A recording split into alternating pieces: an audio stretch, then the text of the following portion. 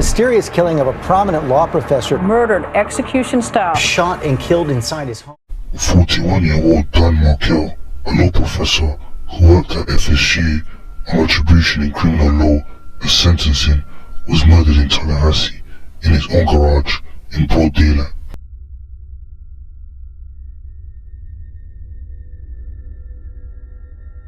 Markel was born on the 9th of October 1972.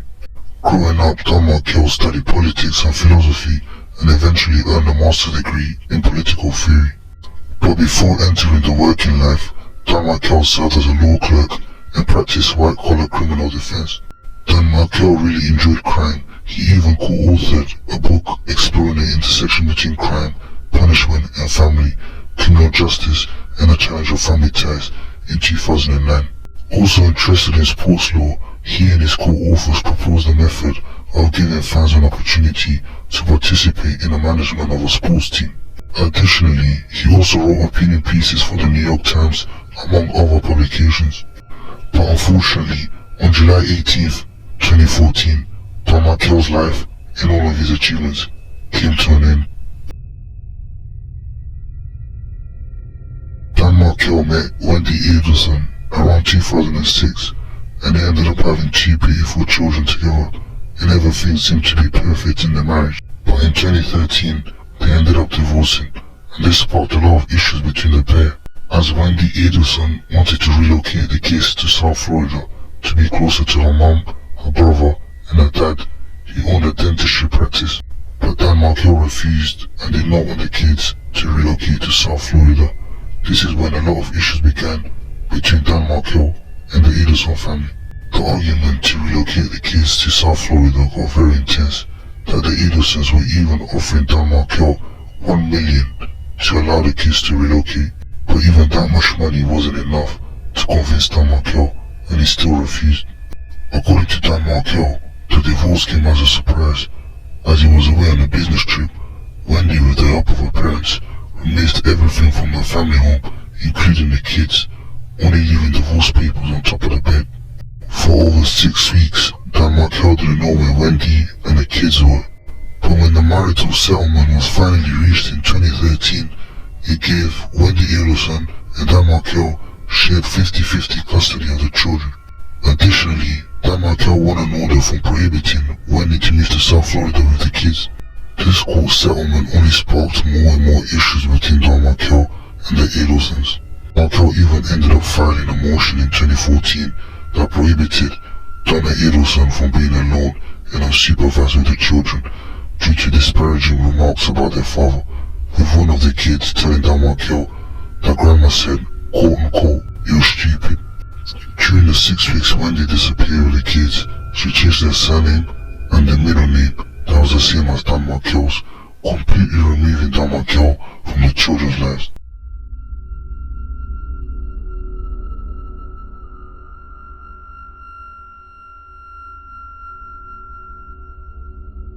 Just a normal day for Markel. He woke up, took his 2 kids to preschool, and then went to the gym. An hour or so later, Markel decides to leave the gym and head back home. But as he was going home, unfortunately for Markel, these would be one of his last minutes on Earth, as he was being followed closely by a Toyota Prius.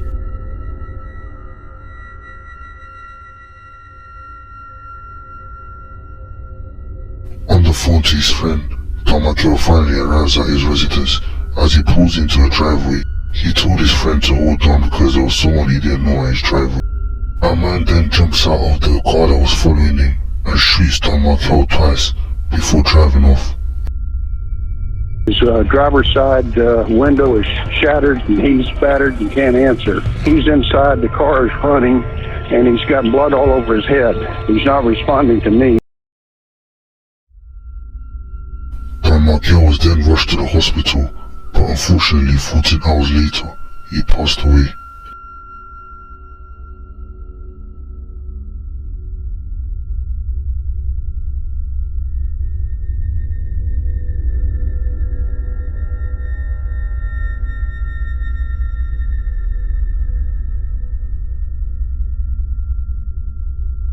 Like any other murder, the first first thing investigators do is contact the next of kin. At this point, the only thing investigators have is a statement for the neighbor and a phone call. And the most crucial piece of evidence that the neighbor gave is that he said he saw a Prius driving away.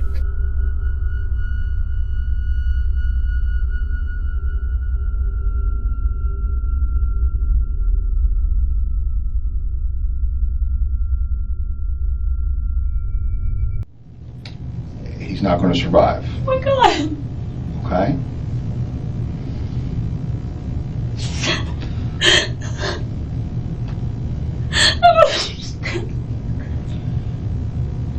I'm so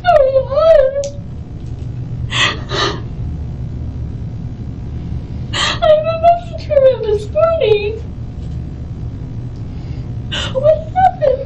Well, before we get into everything, I have to establish where you were and who you were with and so forth. Okay. Okay? And then once we've established all that, I can give you more details.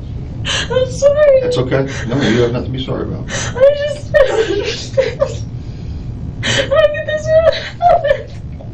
It really scares me because it means there's someone out there that's willing to do this to him, and I'm scared for the kids. Okay. I understand And they're at school right now, and I want to. There's an officer at the school. Okay. The kids are fine. Okay. Okay, there's no.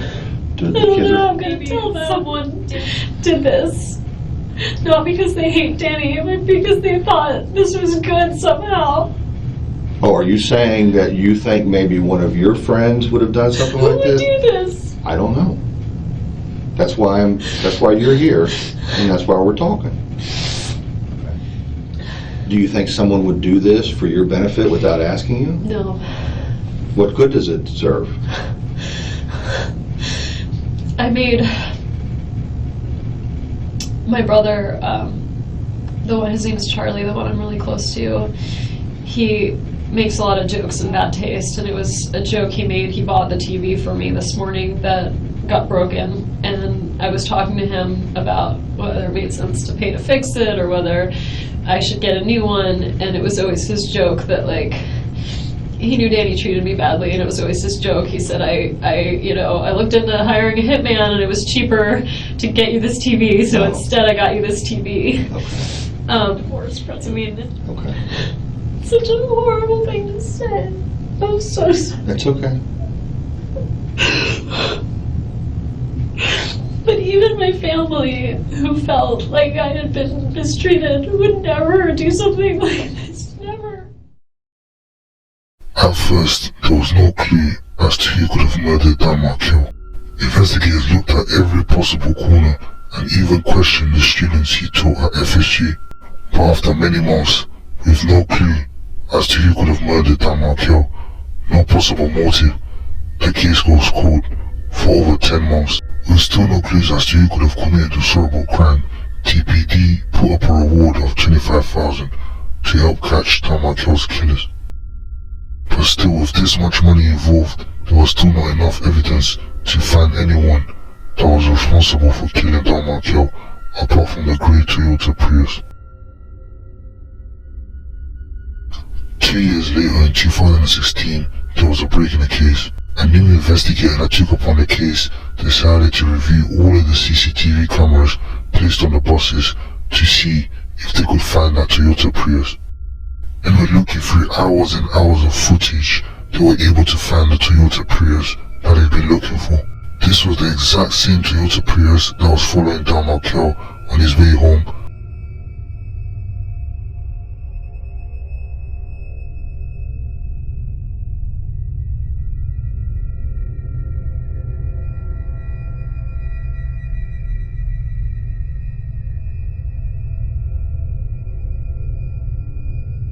From the camera footage, investigators were able to obtain an arrest for 34-year-old Sigfredo Garcia and 33-year-old Luis Rivera.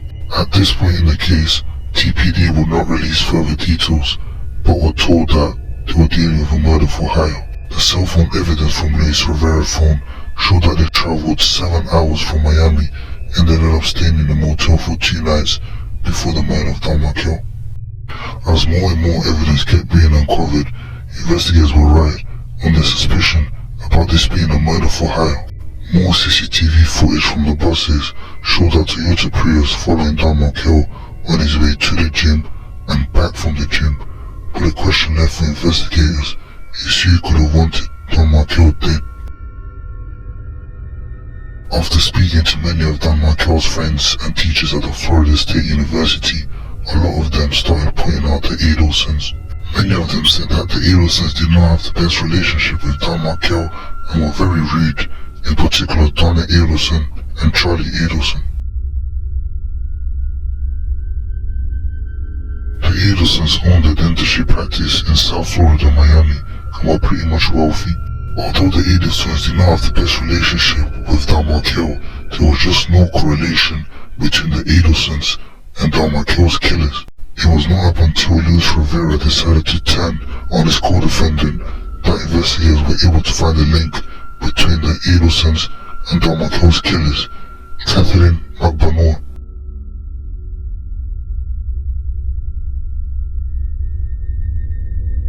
Catherine McBanoir had 2 children with Sigfredo Garcia, and surprisingly, worked as a dental assistant at the Adelson's dentistry practice, and this is where she ended up being in a relationship with Charles Adelson.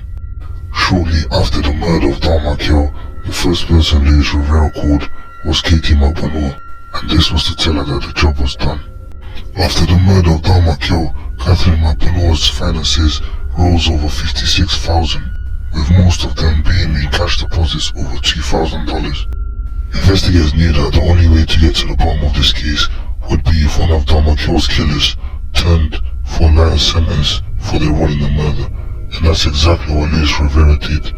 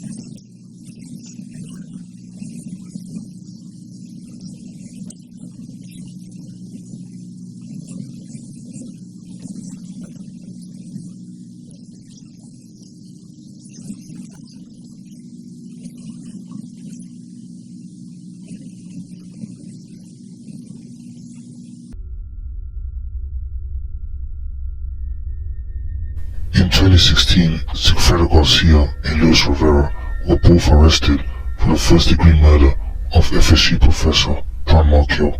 And later on that year, on October the 1st, Catherine McBanoir, the link between the Adelsons and Dan Markel's killers, was also arrested and charged with first-degree murder.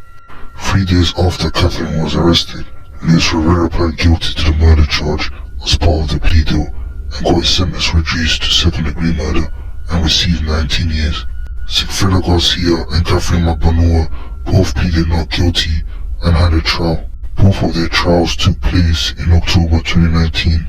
The prosecution's theory was that Charlie Adelson planned on paying McBanoir Rivera and Garcia $100,000 to murder Dan Markel so that Wendy Edelson could get full custody of the kids. However, McBenoit's defense attorney denied that her client had any involvement in the murder of Dan Markel and is only being implicated because she had an affair with Charlie Edelson and worked as a dental assistant at the Edelson dentistry practice. On October 11th, 2019, a verdict was reached in the case and the jury found Sigfredo Garcia guilty of first-degree murder and he was sentenced to life in prison without the possibility of parole. For Catherine McBenoit, the jury was not able to reach a verdict and she remained behind bars, charged as a co-conspirator. Catherine McBenoit was retried in November 2022 and was later found guilty and also sentenced to life in prison without the possibility of parole. In 2022, Charlie Edelson was arrested and charged with first-degree murder, conspiracy to commit murder, and solicitation to commit murder. The trial is still ongoing. Investigators with all the evidence came to the conclusion that Catherine McBenoit and Charlie Edelson were responsible for the murder of Dan Markel. As of today, no other Edelson has been arrested for the tragic murder of Dan Markel.